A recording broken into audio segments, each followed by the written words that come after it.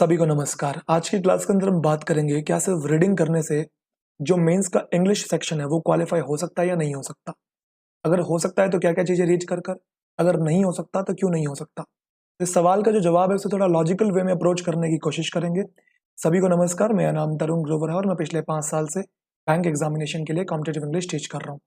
बात करूँ आज के सवाल की, क्या सिर्फ रीडिंग से मेंस हो सकता है या नहीं हो सकता। अगर मैं बातों को बिल्कुल घुमाऊं ना और सिर्फ एक ही शब्द में आपको जवाब दूं तो भाई नहीं हो सकता। अब आपके माइंड में आ रहा होगा सर ये तो ब्लाइंडली एक्सेप्ट करने वाली बात होगी कि नहीं हो सकता। आप जरा बताइए कि क्यों नहीं हो सकता। तो चलिए इसे थोड़ा लॉजिकली अप्रोच करने की कोशिश करते हैं। जैसे बात करूं अगर मैं स्टूडेंट्स की, आप लोग भी जानते हैं एक क्लास के अंदर अगर 100 बच्चे हैं तो 100 बच्चे इक्वल लेवल पे नहीं हो सकते। कुछ बच्चे ऐसे भी होंगे जिनका इंग्लिश बिल्कुल जीरो होगा, कुछ बच्चे ऐसे भी होंगे जिनका इंग्लिश ठीक ठीक होगा, और कुछ ऐसे भी होंगे जिनका इंग्लिश बहुत अच्छा होगा। तो ऐसे ही लेवल के हिसाब से मैंने स्टूडेंट्स को 4 कैटेगरी में डिवाइड किया है। सबसे पहले ये जीरो, फिर है एवरेज, उसके बाद है अंग्रेज, और फिर है द बिगेस्ट गैम्बलर। अब ये जो आपको नाम थोड़े से फनी लग रहे होंगे, ये कोई डेरोगेटरी टर्म्स नहीं है, ये बस मैंने अपने कन्वीनियंस के लिए नाम दिए हुए हैं। एक एक करके सबके बारे में बात करते हैं और वो इस सवाल के ऊपर आते हैं कि सिर्फ रीडिंग से ये कर सकते हैं या नहीं कर सकते, और नहीं कर सकते तो क्यों नहीं कर सकते। आज ये लॉजिकली अप्रोच करने की कोशिश करते हैं। सबसे पहले बात करते हैं जीरो लेवल के बच्चे की। आप लोग जानते हैं कौन होता है ये? एक ऐसा बच्चा जिसकी हिंदी मीडियम बैकग्राउंड से स्टडी होती है, बचपन से पढ़ा होता है, वो बेसिक्स उसका बिल्कुल जीरो होता है, सेंटेंस फॉर्मेशन उसका बिल्कुल जीरो होता है, बेसिक ग्रामर भी उसको नहीं आती है, टेंसेस, सिंटेक्स, प्रेपोजिशन, ये सारी चीजें उसको नहीं आती होती है, ना ही उसकी वोकैबुलरी अच्छी होती है।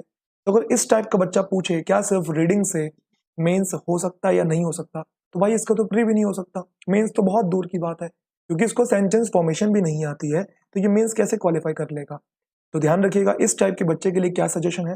इस टाइप के बच्चे के लिए सजेशन है कि आप शॉर्ट ट्रिक्स के पीछे ना भागे, क्योंकि क्या होता है ना, उसकी उसकी जो लैंग्वेज है वो बिल्कुल जीरो है। उसको लगता है भी टाइम लगेगा इसे इंप्रूव करने में, और वो जानता है कि लैंग्वेज इंप्रूव करने में टाइम लगता है। तो वो क्या करता है, जुगाड़ ढूंढने की कोशिश करता है, शॉर्ट ट्रिक्स ढूंढने की कोशिश करता है। कुछ ऐसे ट्रिक्स मिल जाए जिसको करके मैं बस फटाफट निकाल दूं पेपर, ऐसा नहीं हो सकता। आपको कॉन्सेप्ट सीखने ही पड़ेंगे। ये क्वांट्स और रीजनिंग नहीं है, लैंग्वेज है, डेवलप करने में टाइम लगता है, और एक एवरेज बच्चे से ज्यादा टाइम लगेगा आपको डेवलप करने में। एक नॉर्मल बच्चा होता है जिसकी इंग्लिश ठीक ठीक होती है, मैं मान सकता हूं कि वो थोड़े कम टाइम में कर ले, लेकिन जो बिल्कुल जीरो है उसे टाइम देना पड़ेगा। 6 से 8 महीने का खेल नहीं है, आपको 1 से 1.5 साल लग सकता है। इस बात को आप एक्सेप्ट कर लीजिए, आज नहीं तो कल आपको एक्सेप्ट करना ही पड़ेगा। बात करें आगे, आप डेफिनेटली इंप्रूव कर सकते हैं। ऐसा नहीं है कि आपकी अभी जीरो है तो आपको नौकरी पाने का कोई हक नहीं है। हर बच्चे को नौकरी पाने का हक है, कोई भी स्टूडेंट क्यों ना हो। अगर आपके अंदर डेडिकेशन है लैंग्वेज सीखने की, पेशेंस है सबसे जरूरी चीज, और at the same time right guidance है, तब आप डेफिनेटली इंप्रूव कर सकते हैं। क्योंकि गाइडेंस आपके पास नहीं है ना, तो इंप्रूव करना मुश्किल हो जाएगा। क्यों? क्योंकि हम 20 साल से लैंग्वेज पढ़ रहे हैं, 20 साल से नहीं आई तो 6 महीने में क्या आ जाएगी या साल में क्या आ जाएगी। तो यहाँ पे आपको गाइडेंस की जरूरत है। आपको ये भी पता होना चाहिए कि किन चीजों को पढ़ना है, किन को नहीं करना, क्योंकि आपने सारी चीजें नहीं पढ़नी है, आपने पीएचडी नहीं करनी है। मेरी बातें समझ में आ रही है? तो आपने इन सारी चीजों पे फोकस करना है। जो बच्चा बिल्कुल जीरो है, रेलेवेंट ग्रामर, वोकैबुलरी पे भी, रीडिंग पे भी, प्रैक्टिस पे भी, मॉक्स पे भी। क्लियर है? सिर्फ रीडिंग पे नहीं करना है। बात करते हैं एवरेज बच्चे की। ये कौन सा बच्चा होता है? एक एवरेज स्टूडेंट ऐसा स्टूडेंट होता है जिसकी इंग्लिश ठीक ठीक होती है। मैंने ये नहीं कहा कि बढ़िया होती है, मैंने कहा कि ठीक ठीक होती है। अब इसकी इंग्लिश ठीक ठीक होने के पीछे 2 रीजन होते हैं। सबसे पहला रीजन ये है कि ये पढ़ा तो इंग्लिश मीडियम स्कूल से होता है, लेकिन इसके जो मास्टर होते हैं ना वो हिंदी मीडियम के थे। मतलब इन्होंने अंग्रेजी कुछ ऐसे पढ़ लिया कि जिस सेंटेंस के एंड में ताते ती लगा होता है वो वाली। हालांकि वो बचपन तक ठीक भी है, क्योंकि बचपन में हम छोटे थे, उस टाइम पे हमें चीजें उसी तरीके से समझ में आती थी।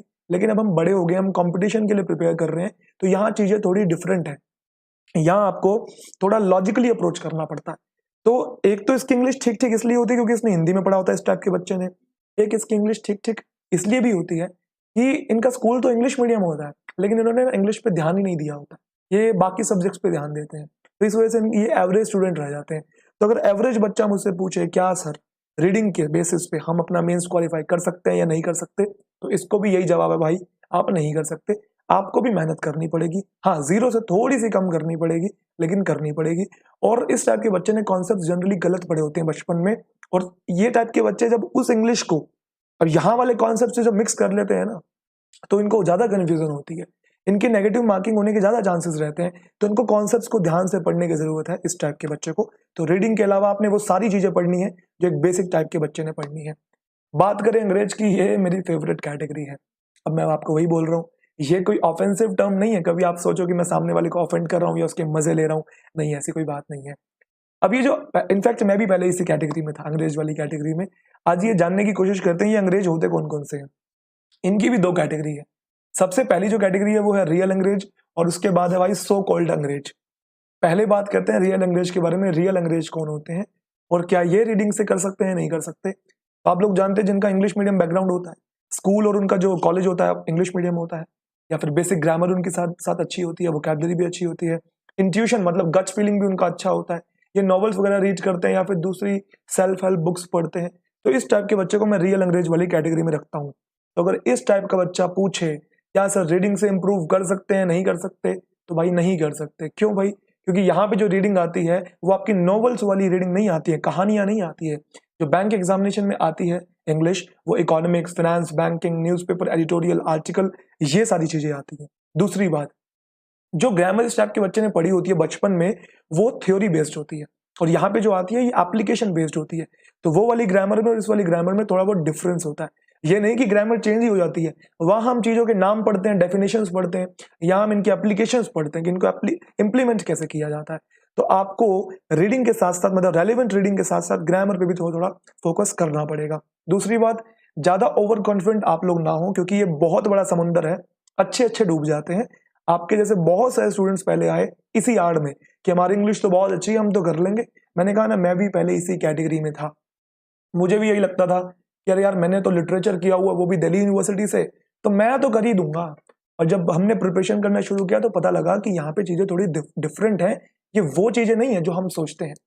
दूसरी बात, आप सिर्फ इंट्यूशन पे रिलाई नहीं कर सकते। इंट्यूशन का मतलब ये नहीं कि आपकी इंग्लिश अच्छी है तो आपको अंदर से सेंस आ जाती है कि यहाँ गलती है या वहां गलती है, या ये क्वेश्चन वाला सही लग रहा है, ये गलत लग रहा है, ऐसा नहीं। क्योंकि हर बार इंट्यूशन सही नहीं होता, नेगेटिव मार्किंग भी हो जाती है। इंट्यूशन एक अंदर से गट फीलिंग है, वो सर्टेनिटी नहीं है, उसके अंदर अनसर्टेनिटी भी होती है। और नेगेटिव मार्किंग होगी, एक एक नंबर कितना कीमती होता है आप लोग जानते हैं। तो इंट्यूशन पे पूरी तरीके से रिलाई ना करें। बात करें बेसिक ग्रामर की, जैसा कि मैंने आपको कहा कि ये एप्लीकेशन बेस्ड है, आपको पढ़नी पड़ेगी।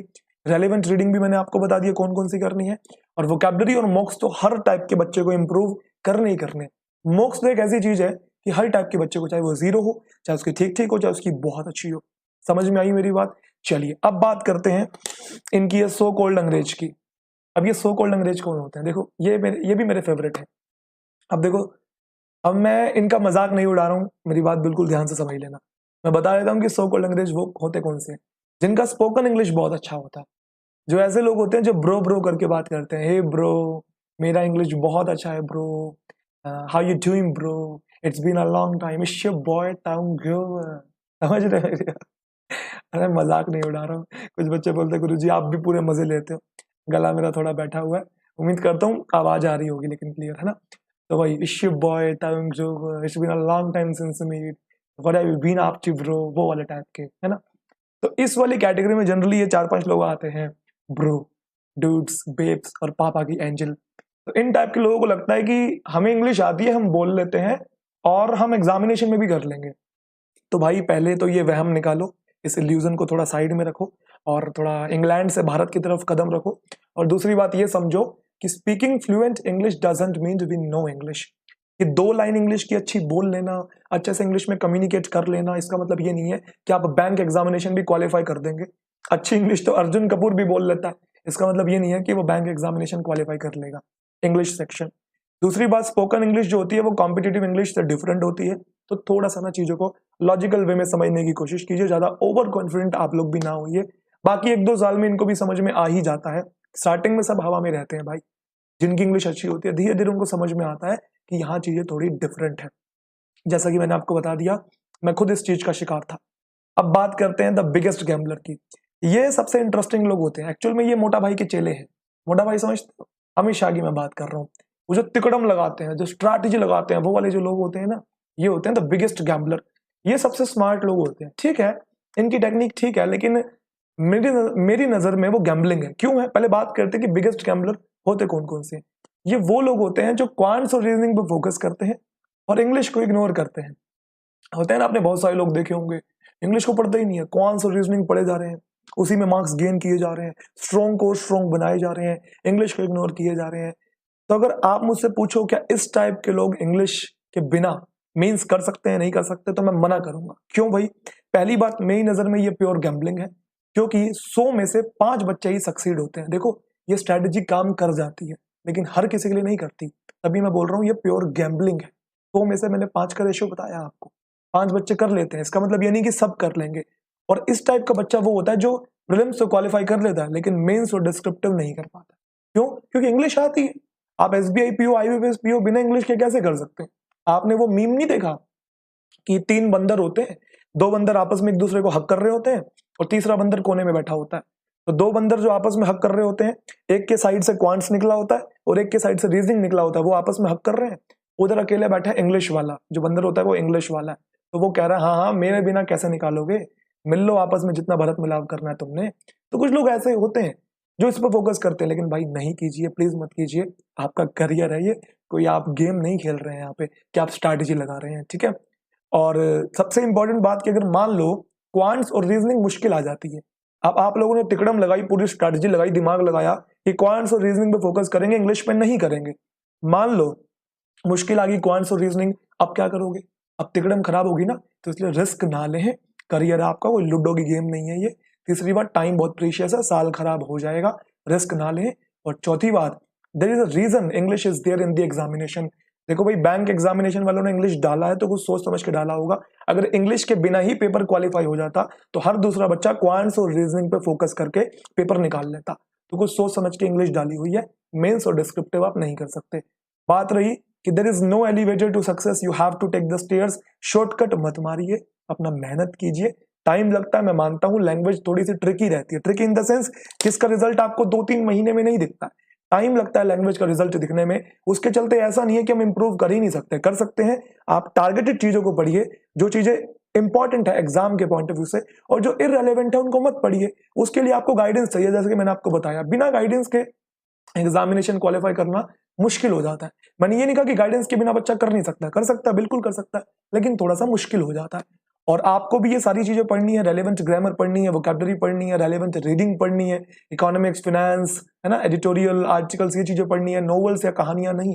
और प्रैक्टिस और मॉक्स तो हर टाइप के बच्चे को करनी है, जैसा कि मैंने बताया।